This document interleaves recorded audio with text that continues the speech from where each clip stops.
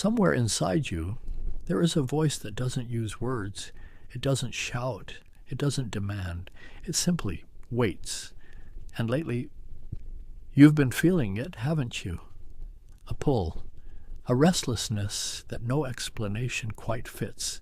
You scroll, you sleep, you go through the motions of this life, and yet something beneath all of it keeps tapping, quietly, persistently, like a memory trying to surface from somewhere deeper than this lifetime.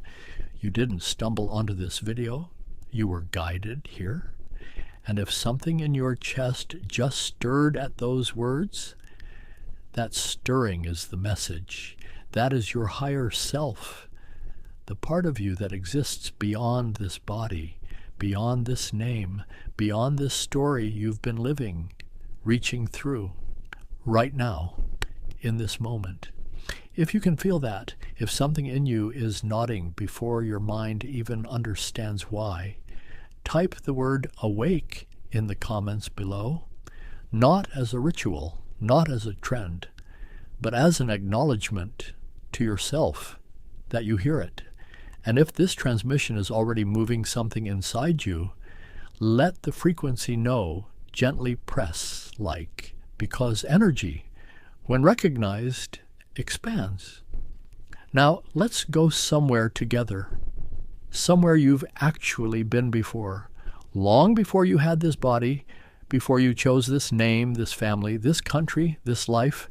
You existed, not as a concept, not as a soul floating in abstract darkness, but as a being of extraordinary awareness, fully conscious, fully knowing, and you made a choice. You looked at this earth, this dense, heavy, beautiful, complicated world, and you volunteered, not because you were sent, not because you had no choice, but because some part of you understood something profound, that this place and this lifetime, this very moment in history, was a rare opportunity, the kind that souls wait lifetimes for.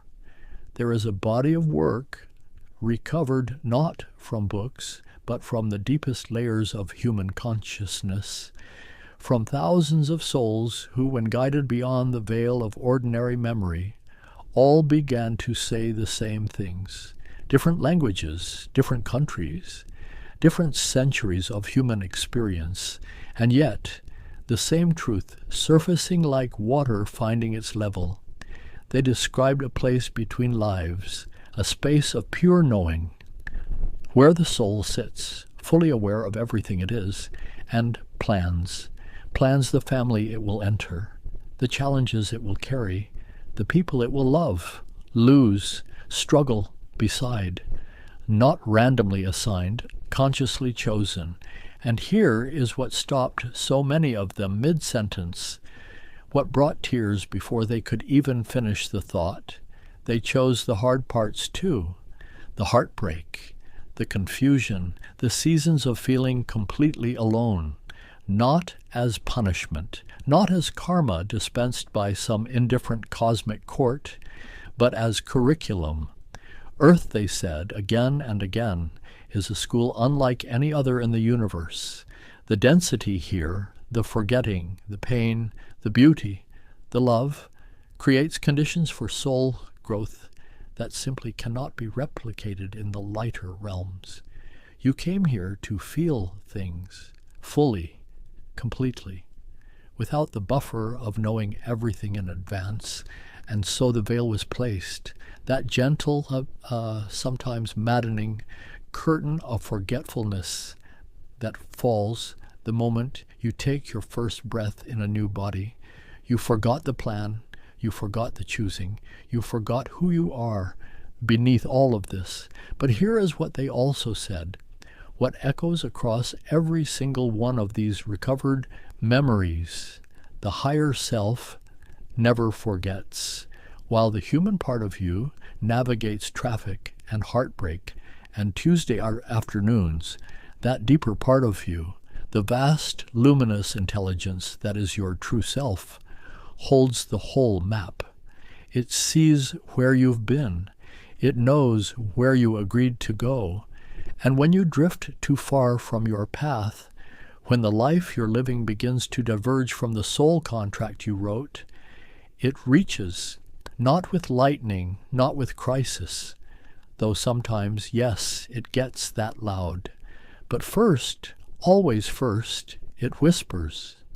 In the moment you wake at 3 a.m. with no reason, in the song that finds you on the worst day and breaks something open, in the stranger's words that land exactly where you needed them to, in the inexplicable tears during a sunset when nothing is wrong and somehow everything is.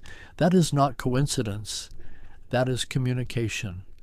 Your higher self, the part of you that never left the place of full knowing, is sending signals through the only channels available in this dense and beautiful world. And lately, it has been getting louder, more urgent, more impossible to dismiss as imagination or anxiety or overthinking. There is a reason for that urgency. There is a reason this specific period of your life feels like standing at the edge of something enormous, even if you cannot yet see what lies beyond the edge. That reason is what we're moving into now.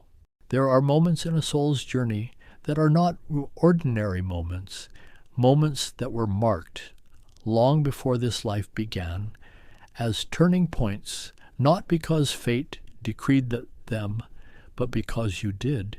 You circled them in that place of full knowing before the veil fell. You looked at the map of this lifetime, and you placed a quiet mark at certain crossroads, and whispered to yourself, when you reach this place, wake up. You are at one of those crossroads, right now. The calling you've been feeling, that restlessness that doesn't belong to stress or circumstance, that pull towards something you cannot name but somehow recognize, it is not a symptom of something wrong. It is a signal that something is finally right. Your higher self does not call urgently when you are lost. It calls urgently when you are close to remembering, close to stepping into the version of this life that your soul actually came here to live, close to shedding the identity that was handed to you by the world, the one built from other people's expectations, old wounds worn like a second skin, a story about yourself that was never entirely yours to begin with. The urgency is not danger. The urgency is timing. Think about the way light behaves just before dawn. The darkness doesn't gradually, gently lift.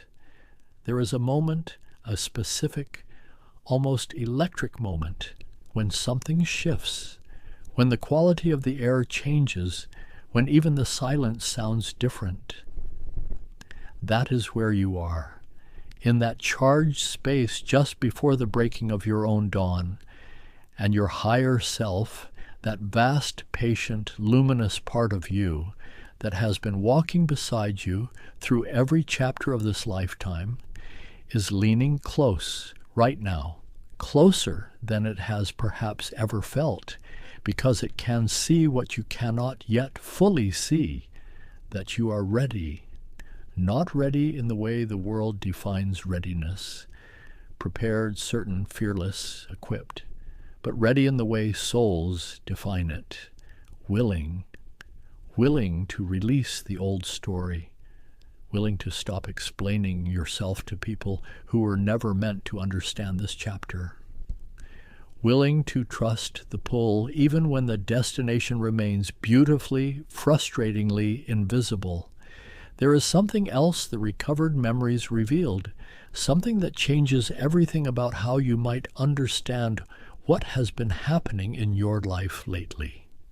They spoke of what they called the shift, a period on Earth, not a sudden event, but a gradual, profound transformation, during which the frequency of this planet itself begins to change, during which souls who came specifically for this time begin to wake up in increasing numbers, like lights turning on across a darkened landscape. One, then another, then another, until the darkness is no longer the dominant experience, but the memory of one. And the souls who came for this, the ones who volunteered for this specific chapter of Earth's story, were told something before they arrived, that the waking up would not be comfortable, that it would feel from the inside like losing your mind before it felt like finding your soul, that relationships would shift, that old identities would crack, that the life carefully constructed around a self that was never fully real would begin to feel like wearing shoes 3 sizes too small. Does any of this sound familiar? Because if it does, if the last months or years of your life have felt like a slow, confusing, necessary unraveling, then hear this. You are not broken. You are not behind. You are not failing at life. You are waking up on schedule, according to a plan so much larger and more loving than the fearful mind can currently hold. Your higher self is not calling you urgently because something has gone wrong. It is calling urgently because the moment you prepared for, across lifetimes, across the veil, across every hard chapter of this very life, has arrived. And it wants to show you exactly how to answer. So how do you answer? Not with grand gestures, not with a sudden dramatic life overhaul, not by having everything figured out before you take a single step. You answer the way you would answer any beloved voice calling from the next room. You simply turn toward it. Tonight before you sleep, try this. Not as an exercise, not as a technique borrowed from a book, but as a remembering. Find a stillness. It doesn't need to be perfect silence. Life rarely offers that. But find the quietest corner of your evening. Sit or lie down, however your body asks, and before the mind begins its familiar catalog of tomorrow's worries, place one hand over your heart, just one hand, just that, and breathe. Not the controlled, counted breathing of practice, just the natural breath of a person who has temporarily set down every role they play, every task they carry, every version of themselves that exists for other people, and in that space speak inward, not with elaborate words, just something simple, something true, something like, I hear you, I'm here, show me what I need to see. And then, do nothing. Don't search for visions. Don't strain for revelation. Don't evaluate whether it's working with the same mind that's been drowning out the signal. Just remain open. The way a window doesn't chase the light, it simply removes what was blocking it. What comes may not arrive in that moment. It may come at 3 a.m. in a half-dream that feels more real than waking life. It may come as a sudden clarity in the shower tomorrow morning. It may come as a person who says exactly the right thing at exactly the right moment in a conversation about something else entirely. That is your higher self responding, not performing miracles, not parting skies, but weaving meaning into the ordinary fabric of your days with a subtlety so precise it could only come from something that knows you completely. There is something else worth carrying with you, a gentle practice, not daily discipline, not rigid routine, just a soft, consistent act of turning. Begin to notice what expands you and what contracts you, not what you think should feel good, not what looks right from the outside, but what in the honest quiet of your own body makes you feel more alive, more clear, more like yourself, versus what leaves you hollow, dim, slightly less than you were before. Your higher self communicates through that felt sense more than almost any other channel. The expansion is a yes. The contraction is a recalibration. a loving redirection away from what no longer belongs in the life you are growing into. You don't have to know the whole path. You were never meant to see it all at once.